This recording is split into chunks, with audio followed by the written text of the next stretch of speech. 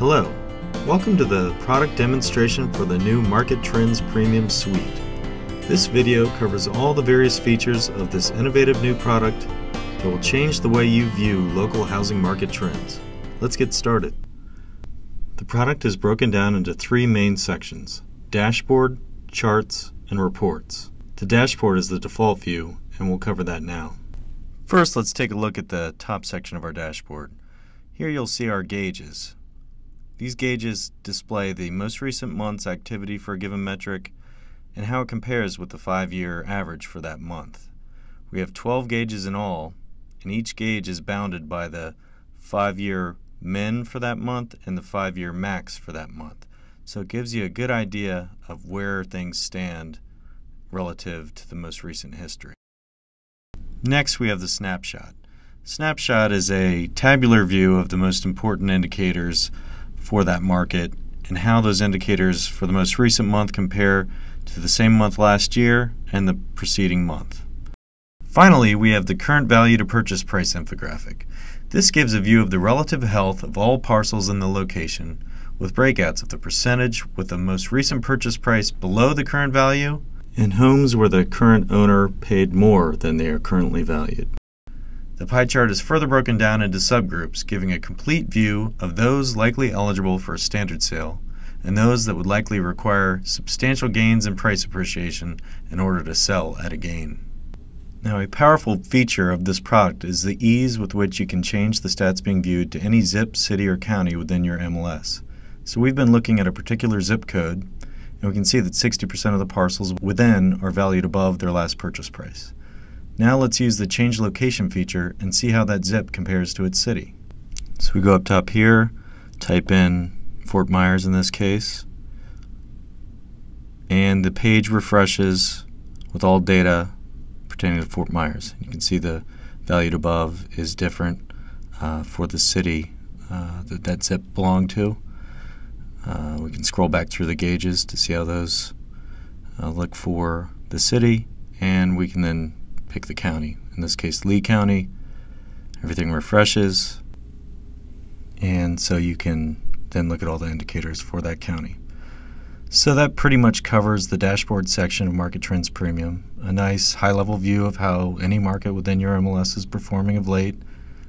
Next up, we'll cover the chart section of the product, which offers dozens of metrics which can be tailored for particular home characteristics or segments of any given location. So I'll click on the Charts tab, and you'll see the default view is simply the number of sales over the last 12 months based on MLS data. But as we'll see, there are countless other views that can be displayed by simply selecting these other options around the chart.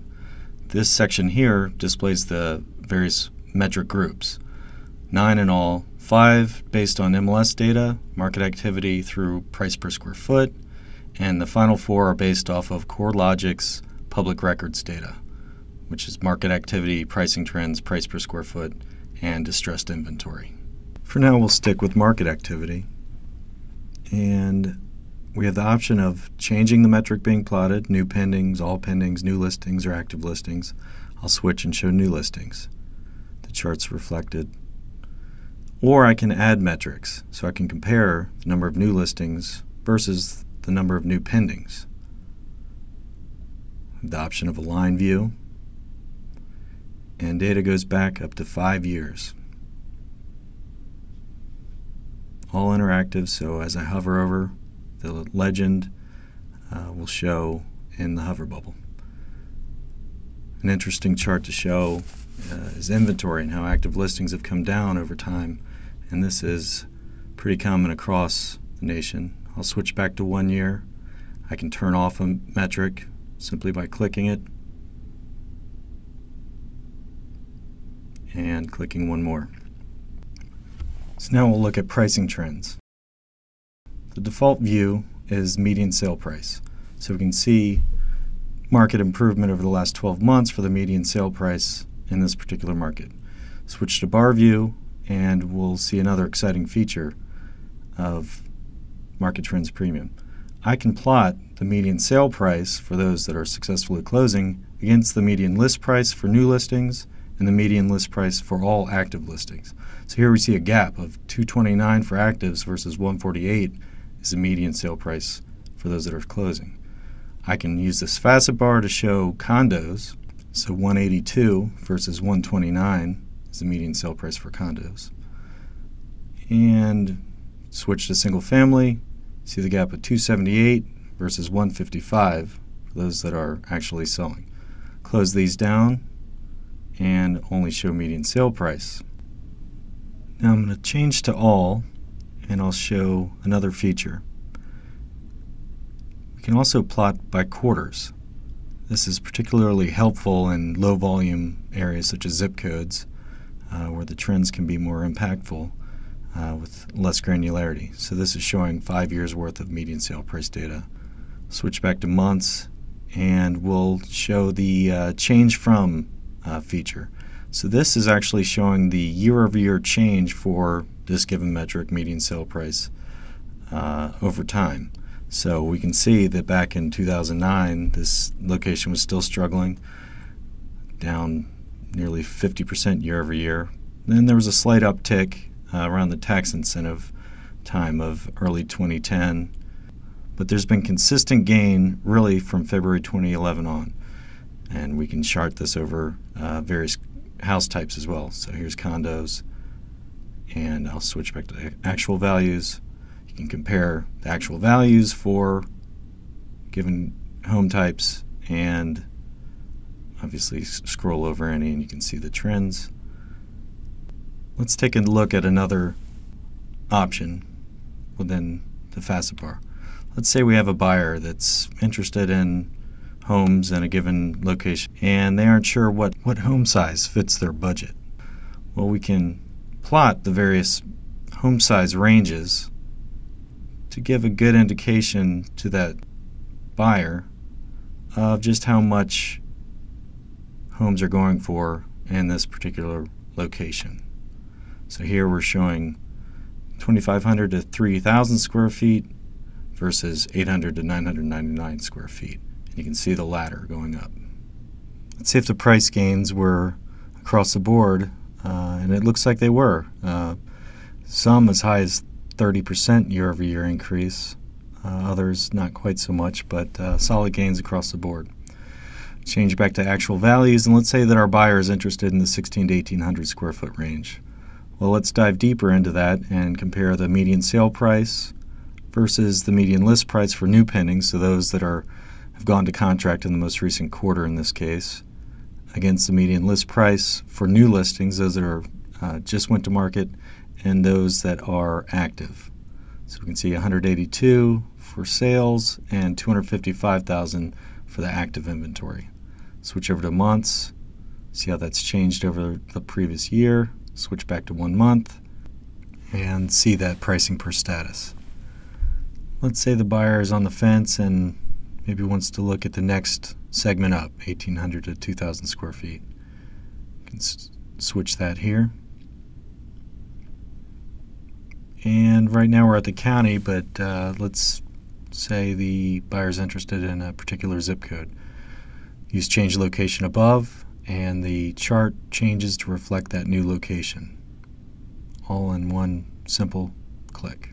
Change location again, and we can look at the city to see how that compares. Another way to do this would be using the compare locations option to the right of the chart.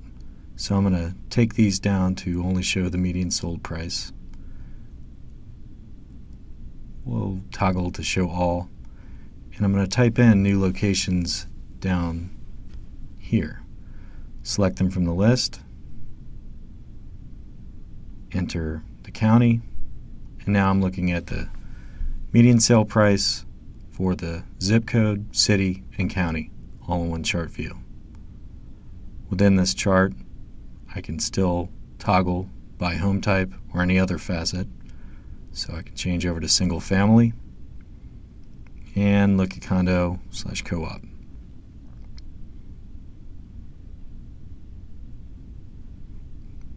Switch over to 5 years worth of quarters. Look at the line view, And let's say we want to look at price appreciation for these different locations. You see some volatility in the zip code, but pretty consistent trends for all these locations. I'll turn off compare location, switch back to Lee County or county level, and now we're looking at the year-over-year change. Switch back to actual values, and there you have it. So that pretty well covers the pricing trends metric group. Well, I didn't plot many of the average metrics. Anything that I was showing the median sale price on or median list price on, you can also plot against the average. You can plot the average sale price against the median sale price if that's of interest. But now we're going to switch over and look at the next metric group, which is pricing ratios. The pricing ratios metric group provides a view into the growth or decline in bargaining power for buyers and sellers during pricing negotiations.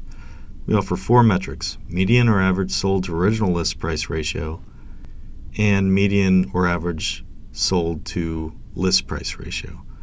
The sold price to original list price ratio is the final sale price divided by the price at which the property was originally listed. We then take this ratio for all closed transactions in a given period and determine the average and median. The sold price to list price ratio is calculated using the same methodology, except that the sale price is divided by the list price at the time of contract. So this tends to be a higher percentage as a result of list price deductions over the life of a listing. Like every metric group, pricing ratios can be compared against each other, and specific housing segments can be analyzed using the facet bar. Next, we'll move on to the days on market metric group. The default view here is median days to contract. So for those homes that sold in, say, June 2008, half of them took 76 days or less to receive contract. That's since moved down to 51 days in March 2013. Now I'll change this to show 1 year bar view, and we'll look at the other metrics available within this group. So we have median days to contract, also known as DOM in a lot of markets. We also have median contract to settle and median days to settle. So the median days to settle is the median amount of time it took for listings that sold in a given month from the time they were listed to the time the contract was settled. MARKETrends is unique in that we offer the median contract to settle as well. So you get a full view of how long it's taking for listings to receive contract, how long they're taking in the contract settlement phase, and the total amount of time from list to settle. Now let's take a closer look at that contract to settle metric and see how it might be useful. Let's facet it out by bank mediated status. So for all homes, it's taken less than a month. Let's turn on foreclosures. Not a huge uptick when it comes to settling foreclosed contracts. Short sales, on the other hand, you see some peaks here where 15 days longer as a median. Not terrible in March of 2013. Let's look at it over the last few quarters. Let's look at it over 5 years. So we can see here, right around the Q3 2012 time frame, possibly because more short sales are coming on in this market, but there was a surge in the amount of time taken for short sales to actually close. Now I'm going to go ahead and turn off these bank mediated facets, and we'll just look at all listings again. And we'll focus in on the days to contract. And notice that the median days to contract is often much lower than the average days to contract because it doesn't get skewed as much by those homes that are overpriced and sit on, languish on the market for months or even years. We can see these by home type. We can turn off the average days, keep it at median days, and we can get a view of whether single-family homes or condos are taking longer in this particular market. And we can see condos are taking longer.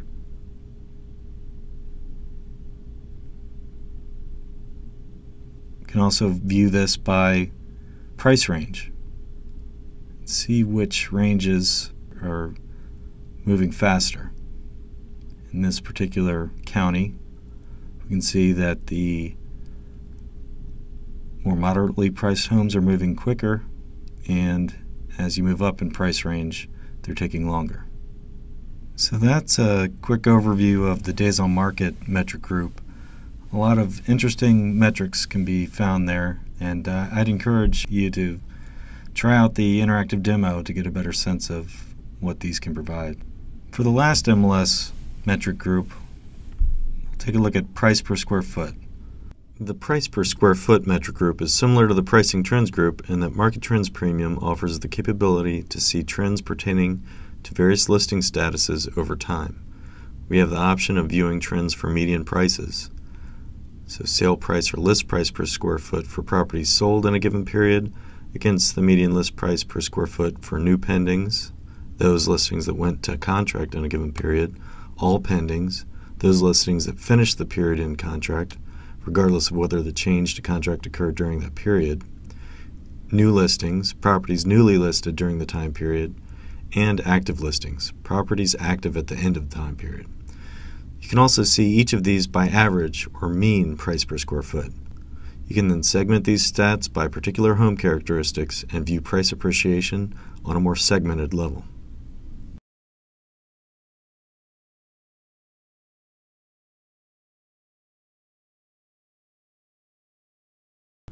Next, I'm going to quickly cover the public records tax-based charts coming from CoreLogic data.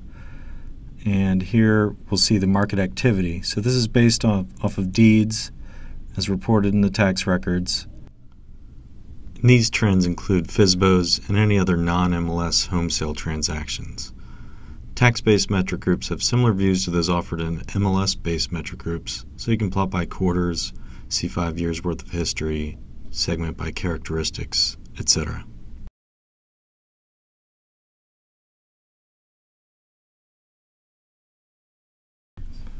The next metric group pertaining to tax is pricing trends. So similar to the pricing trends of MLS, it has median sold price and average sold price. So you can see pricing trends is based on the tax data. Note this tax data always lag the MLS data just because of the processing time involved.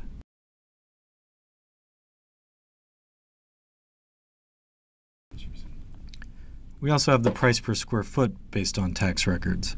So you'll have the median sold price per square foot based on deeds, as well as the average sold price per square foot.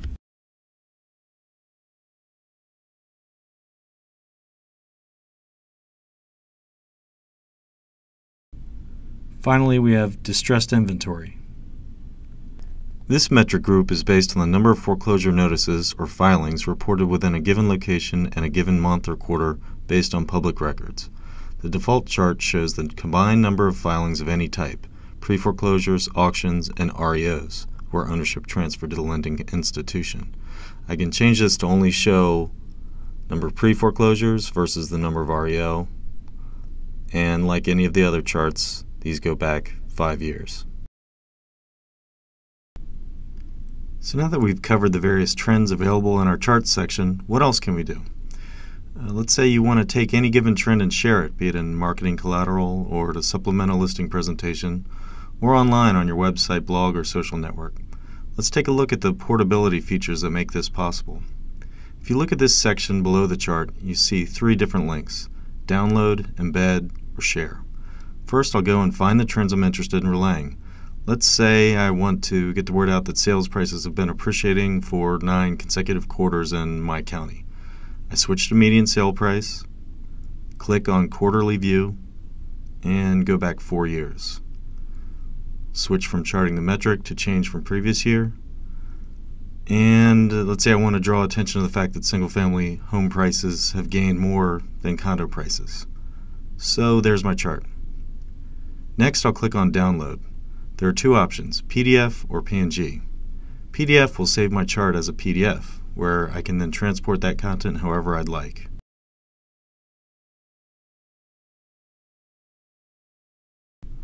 so that's pretty straightforward. Now let's look at the PNG option. This opens up a new tab with the chart displayed as a static PNG. Note, the dynamic tooltips aren't available in this mode since it's simply an image. From here, I could copy and paste the image into the body of an email, a marketing presentation, newsletter, etc. So that too is pretty simple. A more dynamic feature for those users with a blog or website is the Embed option. For this, simply click Embed and an option box appears. The first choice is whether to go with an auto-update or fixed date range version. Selecting the auto-update means that once I've embedded this chart on my site, the stats will update once new data is available in the future. Since I'm embedding a quarterly view, once the second quarter 2013 data is published on MARKETrends Premium, my chart will be updated accordingly. This is an excellent option for evergreen stats sections of a realtor's website. The fixed date range option means that the date range will remain fixed on your embedded chart. The series plotted will remain as you've selected here. So if I have a blog where I'm including my analysis of these trends, I want to use this option so there isn't a conflict between what I've described and the embedded chart. Next, I'll want to pick the chart size. We offer 4 different sizes ranging from extra large down to small. The size you select should be determined by the layout of the page on which you'll be embedding.